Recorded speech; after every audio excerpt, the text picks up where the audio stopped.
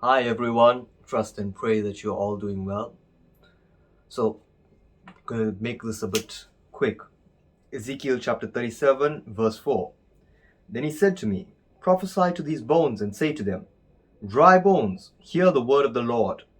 This is what the sovereign Lord says to these bones.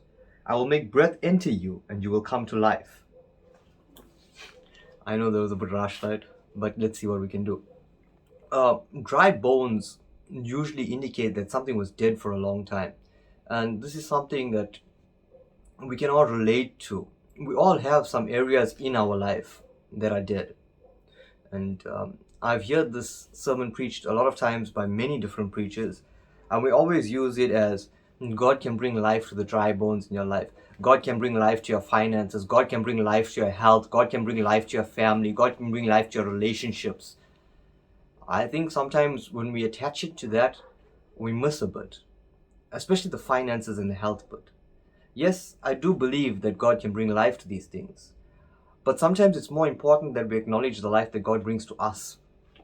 I'm going to go on to verse 11. Then he said to me, Son of man, these bones are the whole house of Israel. They say, Our bones are dried up, and our hope is gone. We are cut off. Therefore prophesy and say to them, This is what the sovereign Lord says. O my people, I am going to open your graves and bring you up from them. I will bring you back to the land of Israel.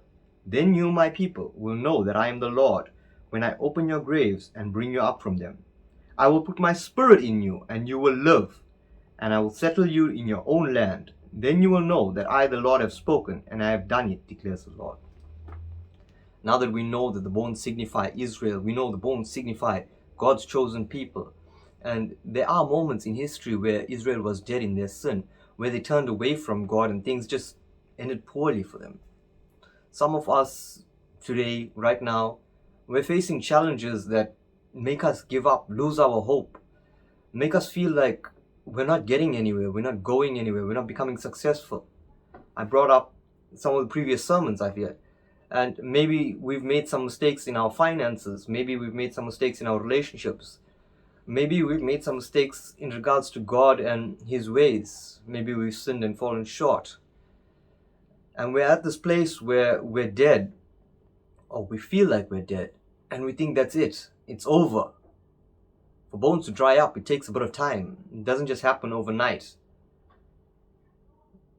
How long are we going to stay crying out that we're dead?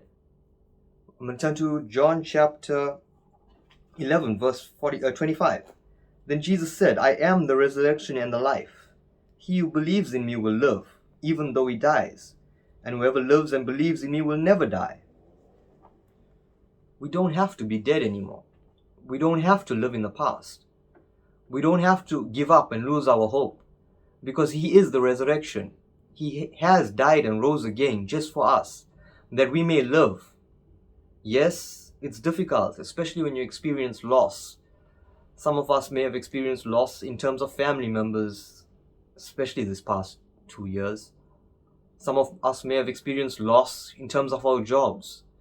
Some of us may have experienced loss because of our relationships.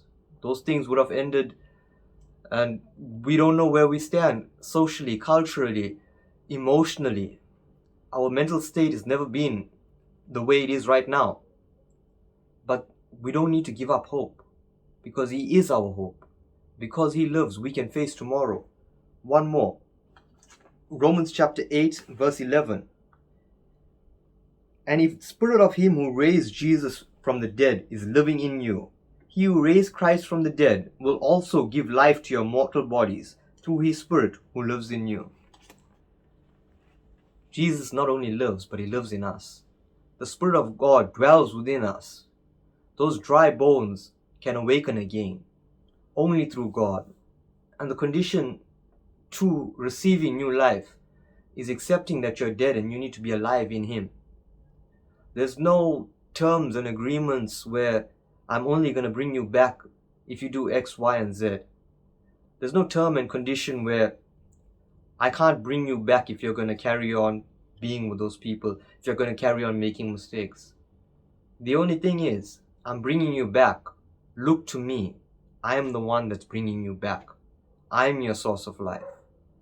All those changes that we make in the resurrected life, in the new creation that we become, those changes don't come because it's forced upon us. Those changes come as a reaction to the love that's being shown to us. I don't know exactly what your struggle is. I don't know what you're facing. But a few years ago, I found myself crying out, there's no hope. And here I am today, every morning waking up and thanking God for the life that He's given me. Thanking God that I'm still here. Wherever you are, whatever you're going through, whatever you're doing, just know that He lives. And if you accept Him, He lives in you. We here at the Pursuit team love you. God bless you. Take care.